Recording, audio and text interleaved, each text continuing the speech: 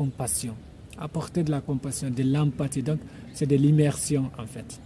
Donc, team, je suis très ravi de vous retrouver dans cette nouvelle vidéo. Dans cette vidéo, on va parler de la connaissance de soi. Tout le monde parle de la connaissance de soi. Alors, qu'est-ce que c'est?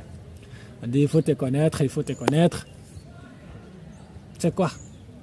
Pourquoi d'ailleurs c'est important de se connaître? Déjà, vous avez une idée. Donc, du coup, sans plus tarder, on va commencer à parler de la connaissance de soi. L'importance surtout de se connaître, c'est très important. Alors, on va énumérer ensemble 5 éléments très importants qui nous poussent réellement à nous connaître, qui nous poussent à chercher réellement à se connaître. Alors, le premier élément, c'est quoi? C'est l'amélioration personnelle. Nous devons chercher à nous connaître pour notre amélioration personnelle. Connaître nos faiblesses, nos forces, nos valeurs, nos limites pour avoir de bonnes relations. Donc cela doit nous pousser réellement à se connaître. C'est ça l'amélioration personnelle. Car cela va nous permettre de travailler sur soi et devenir la meilleure version de nous-mêmes. Le deuxième élément, c'est la prise de décisions éclairées. La connaissance de soi va nous permettre de prendre des décisions éclairées, c'est-à-dire connaître la valeur, nos limites, prendre des décisions qui correspondent réellement à nos objectifs, à nos besoins, à ce que l'on veut exactement. Le troisième élément qui nous pousse réellement à se connaître, c'est l'amélioration des relations personnelles ou professionnelles. Comprendre ses émotions, ses besoins, ses limites permet de communiquer de façon efficace et construire des relations solides et saines. Le quatrième élément serait quoi? La gestion du stress et l'anxiété.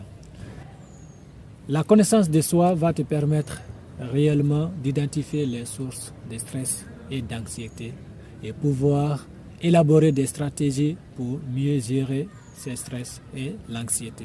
En même temps, ce qui va conduire à l'amélioration de notre santé mentale, à l'amélioration de notre vie.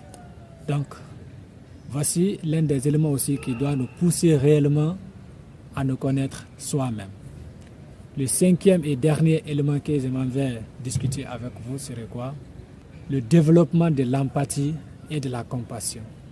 La connaissance de soi va nous permettre réellement d'être capable de se mettre à la place de l'autre. Parce que si réellement tu ne te connais pas toi-même, quand une personne est en train de s'exprimer, tu as tendance à ne pas comprendre la personne.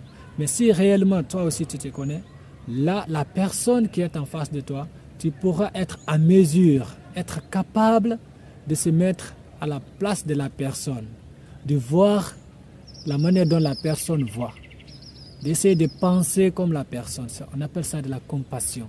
Apporter de la compassion, de l'empathie. Donc, c'est de l'immersion en fait.